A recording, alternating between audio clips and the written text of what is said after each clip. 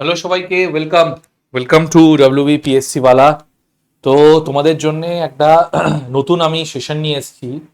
তো এখানে আমরা একটু আলোচনা করব, সেটা হচ্ছে আমাদের আপার প্রাইমারির সিলেবাস কি আছে, এবং বিশেষ করে আমার যে সাবজেক্টটা আছে সেটা হচ্ছে আপার প্রাইমারিতে সেটাকে কিন্তু পলিটিক্যাল সায়েন্স সেইভাবে বলা হয় না, সেখানে কিন্তু সোশ্যাল অ্যান্ড পলিটিক্যাল লাইফ বলা হয়। কেন বলা হয়?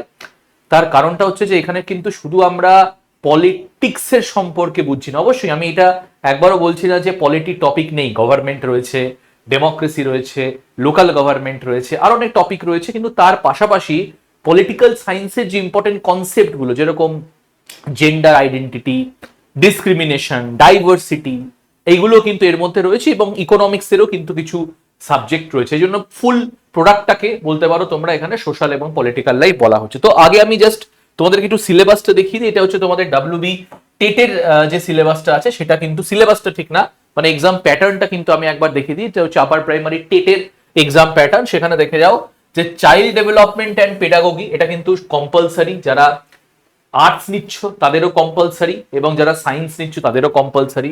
ল্যাঙ্গুয়েজ পেপার দুটোই কিন্তু কম্পালসারি, ইংলিশ রয়েছে, বেঙ্গলি রয়েছে। যারা ম্যাথামেটিক্স এবং সায়েন্স নেবে তাদের জন্য রয়েছে কিন্তু 60 মার্কস, এবং যারা সোশ্যাল স্টাডিজ বা আর্টস নিচ্ছ তাদের জন্য কিন্তু রয়েছে 60 মার্কস। তার মানে যারা সায়েন্স নেবে তাদের জন্য 60, যারা আর্টস নেবে তাদের জন্য 60, 150 টোটাল। নেগেটিভ মার্কিং কিন্তু নেই। এবার যদি একটুখানি আমার সাবজেক্টটা তোমাদেরকে দেখাই যে কি কি তোমাদের এখানে পড়তে হবে, বিশেষ করে যারা আর্টস গ্রুপে রয়েছে তাদেরকে কি কি পড়তে হবে, তাহলে একবার দেখো তোমাদের কি কি পড়তে হচ্ছে। তোমাদের প্রথম পড়তে হচ্ছে সেটি হচ্ছে ডাইভার্সিটি। ডাইভার্সিটি মানে হচ্ছে বৈচিত্র্যতা।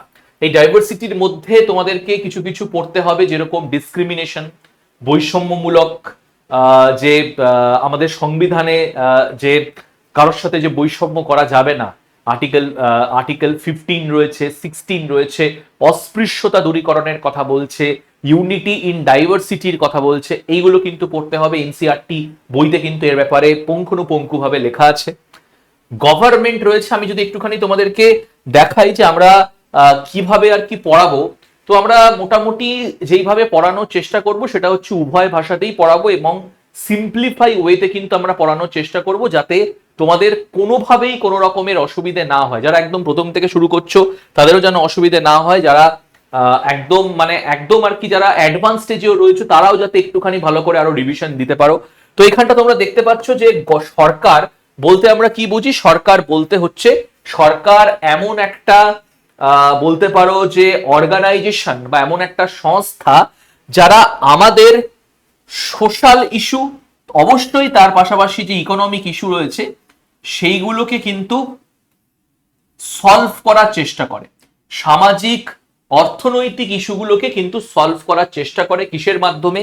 সরকারের কিন্তু কিছু আউটপুট ফাংশন আছে, যেরকম আমরা সরকারকে সাপোর্ট দিচ্ছি, আমরা যেরকম ভাবে সরকারকে ভোটে হোক না কেন, বা সরকারকে বিভিন্ন মাধ্যমের দ্বারা হোক না কেন, বা আমরা সরকারকে বিভিন্ন ভাবে যে সাপোর্টটা দিয়ে থাকি, সেটাই কিন্তু সরকার আউটপুট ফাংশন করে।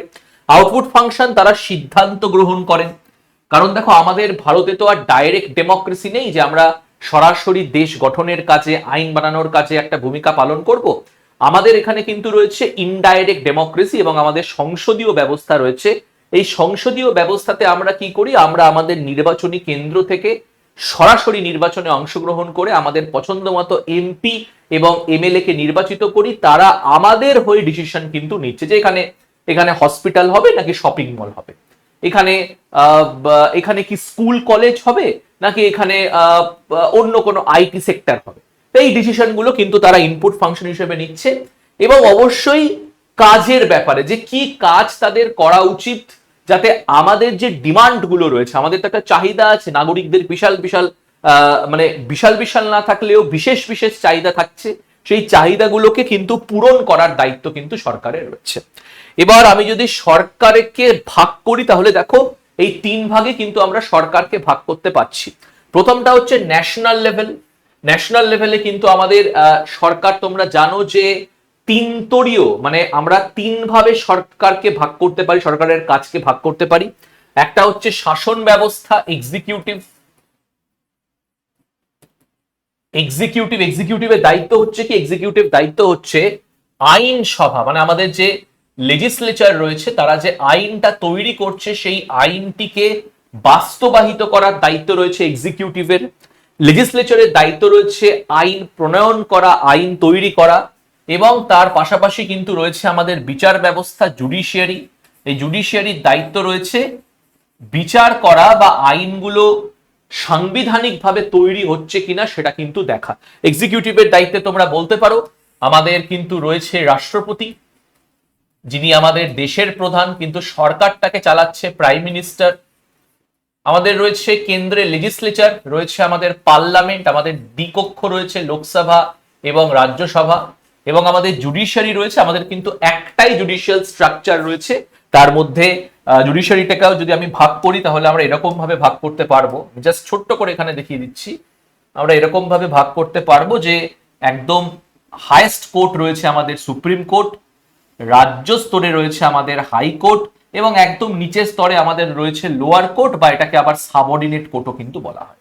ঠিক আছে, তেমনি দেখো রাজ্য স্তরেও কিন্তু আমাদের সরকার রয়েছে, আমাদের রাজ্য স্তরে আইনসভা রয়েছে, শাসন ব্যবস্থা রয়েছে, বিচার ব্যবস্থা রয়েছে, এবং একদম যে লোকাল স্তরে, স্থানীয় স্তরে তোমাদের আলাদা করে সিলেবাসটা আছে, এইখানে কিন্তু রয়েছে আমাদের local self government structure. Self government structure মানে এমন ব্যবস্থা যেখানে গ্রামের বা শহরের লোকদেরকে পলিটিক্সে অংশগ্রহণ করার কিন্তু কথা বলা হচ্ছে, যেখানে আমাদের রয়েছে পঞ্চায়েতি ব্যবস্থা গ্রামের জন্য, এবং তার পাশাপাশি কিন্তু আমাদের রয়েছে মিউনিসিপ্যালিটি, এটা কিন্তু শহরদের জন্য বা শহর কেন্দ্রিক যারা জনগণ রয়েছে তাদের জন্য।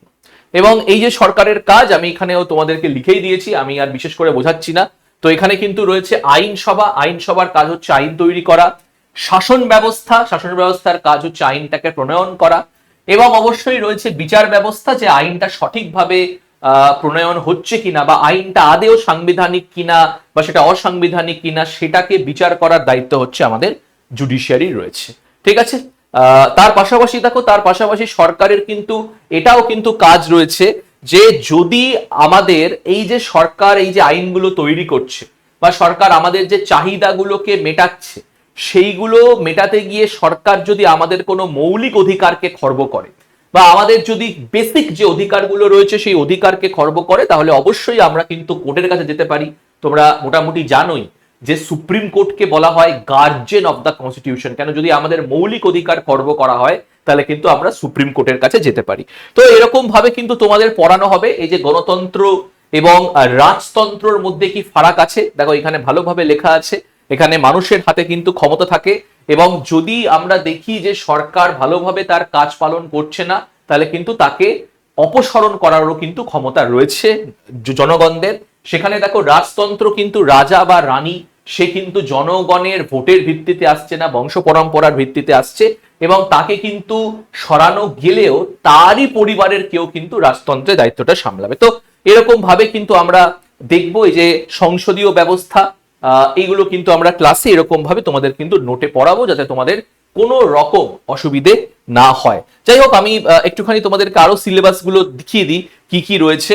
তাহলে অবশ্যই দেখো সরকার কিন্তু আমাদের রয়েছে, সরকারের পাশাপাশি স্থানীয় সরকার আমাদের রয়েছে, মেকিং এ লিভিং এ, যে এটা কিন্তু একটা ইকোনমির পার্ট। হ্যাঁ, বলছিলাম না যে ইকোনমিরও তোমাদের কিছু কিছু পার্ট রয়েছে,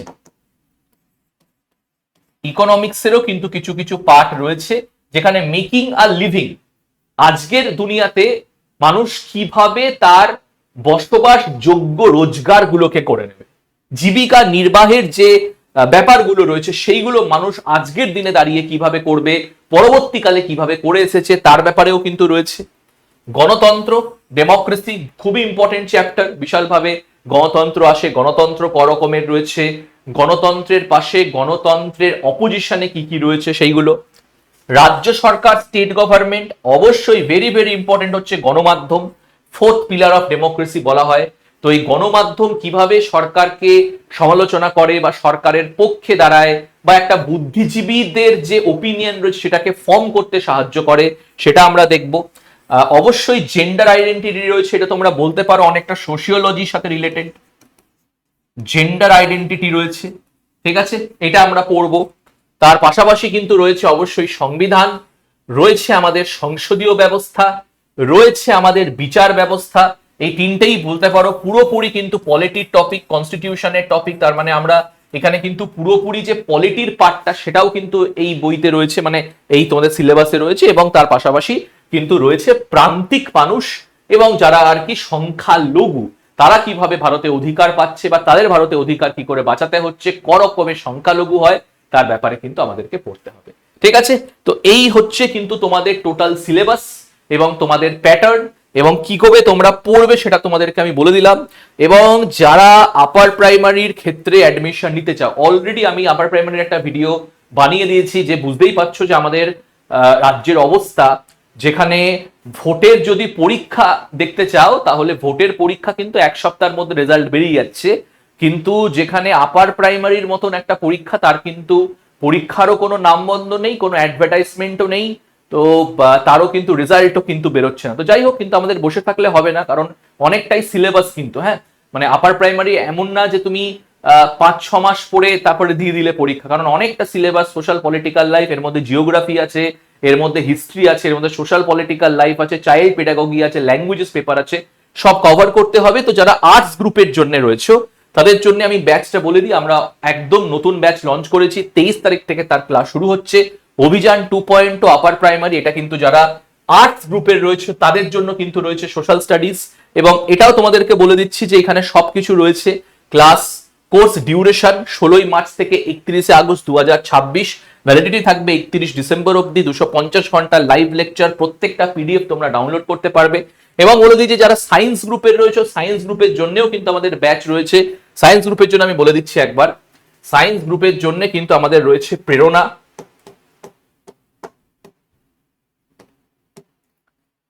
হ্যাঁ এই যে সায়েন্স গ্রুপের জন্য কিন্তু আমাদের রয়েছে প্রেরণা। যারা সায়েন্সের, ম্যাথের এবং সায়েন্সের ব্যাচ নেবে তারা কিন্তু এটা ব্যাচটা নিতে পারো বা দেখতে পারো। এখন কিন্তু দাম আমাদের রয়েছে, এই ব্যাচটার আমরা রেখেছি 999 টাকা। ঠিক আছে, 999 টাকা আমরা কিন্তু এই ব্যাচটার দাম রেখেছি। তোমরা অ্যাপে সব রকমের ইনফরমেশন, তার পাশাপাশি যে সিলেবাসটা আমি দেখালাম সেই সিলেবাসটাও কিন্তু অ্যাপে আপলোড করা আছে। ঠিক আছে, তাহলে আমি এই পর্যন্তই রাখছি। আশা করি যে তোমরা মোটামুটি বুঝলে, এবং আমি অবশ্যই আরো কিছু ক্লাস নিয়ে আসবো যাতে তোমরা বুঝতে পারো যে আমরা কি ধরনের এখানে ক্লাসটা নেব। থ্যাংক ইউ সবাইকে।